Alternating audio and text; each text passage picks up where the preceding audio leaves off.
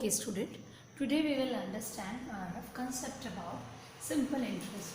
This you might have studied uh, when we keep some money in the bank, okay, or in a post office, or we deposit at a safe place. Uh, okay, like many privatized banks are there. So we get some extra money when we deposit the money there. So that extra money that we are getting is known as simple interest. Okay, this also happens when we take loan for purchasing something or starting some new business. We take loan from the institutes like bank or post office, etc. So then we have to pay, at that time we have to pay some extra money. So that extra money is known as simple interest. इसको simple words में अगर हम समझे बेटा तो ऐसा होगा कि अगर आप बैंक जाते हैं और बैंक में आपका अकाउंट खोलते हैं एक, तो कुछ मनी आप बैंक में डिपॉजिट करते हैं, तो बैंक आपको कुछ ईयरली इंटरेस्ट पे करता है, मतलब कुछ एक्स्ट्रा मनी देता है, तो जो आपको मिल रहा है वो सिंपल इंटरेस्ट है. सेम वे सपोज आपके कोई बिजनेस में हम कहीं से पैसे बोरो करते हैं फॉर स्टार्टिंग द बिजनेस और फॉर परचेसिंग न्यू थिंग्स. आपने घर में अपने पेरेंट्स को भी बात करते हुए सुना होगा. Suppose they take loan from the bank, loan लेते हैं ना घर बनाने के लिए, कार परचेस करने के लिए, taken loan, then you have to pay some extra money. कुछ एडिशनल जो अमाउंट हम बोरो कर रहे हैं वो तो हमें रिटर्न करना ही है. Along with that we have to pay some extra money. किसके लिए? ताकि हमने इतने लंबे टाइम तक मनी यूज़ करा है, तो उसके रिटर्न में we have to pay some extra money. That extra money paid is a simple interest. Simple interest हमेशा ईयरली के बेसिस पे कैलकुलेट होता है. बेसिक फॉर्मूला है, you might have studied in previous classes. Simple interest is equals to P into R into T upon 100. P represents principal. Principal मतलब वो amount जो हम बैंक में जमा कर रहे हैं, या ये कह लीजिए वो अमाउंट जो हमने किसी से लोन में लिया है. सपोज मैंने लोन लिया है 1 लाख रुपीज़ का, तो that 1 lakh is my principal amount. इसके ऊपर मुझे कुछ एक्स्ट्रा पे करना पड़ रहा है. इफ़ आई हैव टू पे 10% एक्स्ट्रा, तो ये 1 लाख का 10% निकालूंगी मैं. That money I have to pay extra. Time मतलब मैंने जो लोन लिया है वो कितने टाइम के लिए लिया है, 1 ईयर, 2 ईयर, 3 ईयर, 4 ईयर, उस पर डिपेंड करता है कि मुझे एक्स्ट्रा मनी कितना पे करना होगा. तो सिंपल इंटरेस्ट का फॉर्मूला है P into R into T upon 100. Simple interest generally yearly basis पे ही कैलकुलेट होता है.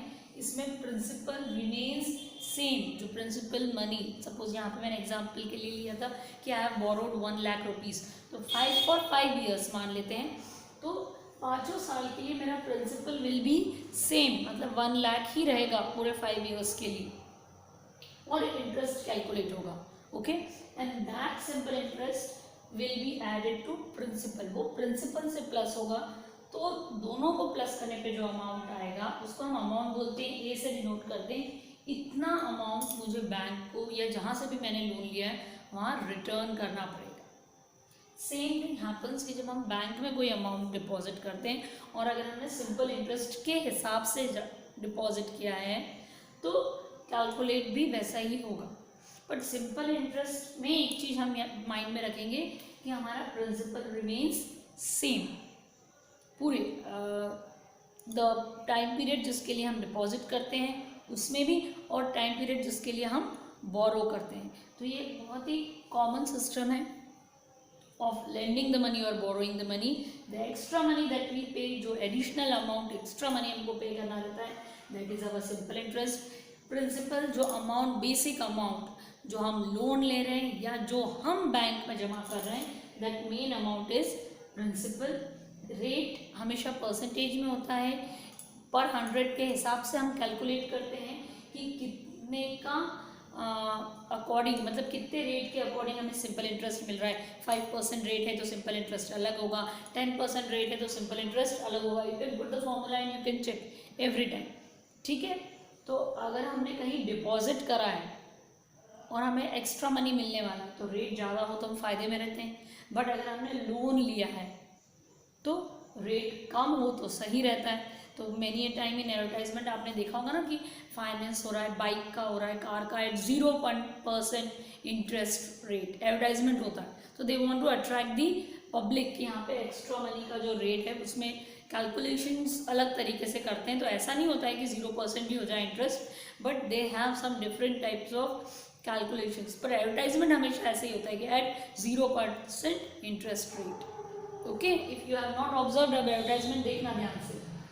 तो time period means particular time, कितने टाइम के लिए हम डिपॉजिट कर रहे हैं या हमने वो अमाउंट कितने टाइम के लिए बोरो कर रहा है. इस पे भी हमारा सिंपल इंटरेस्ट डिपेंड करता है. अगर हमने ज़्यादा टाइम के लिए लिया है तो हमें ज़्यादा इंटरेस्ट मिलेगा या पे करना पड़ेगा. ओके, और अमाउंट जो टोटल अमाउंट पूछे अगर हम कि टोटल अमाउंट मुझे कितना देना पड़ेगा अभी 5 साल बाद, अगर मैंने उधार लिया है अभी 1 लाख, तो it will be calculated as principal plus simple interest. मैं कैलकुलेट करूंगी यहाँ से by this formula to principal, जो मिलेगा वो टोटल अमाउंट होगा.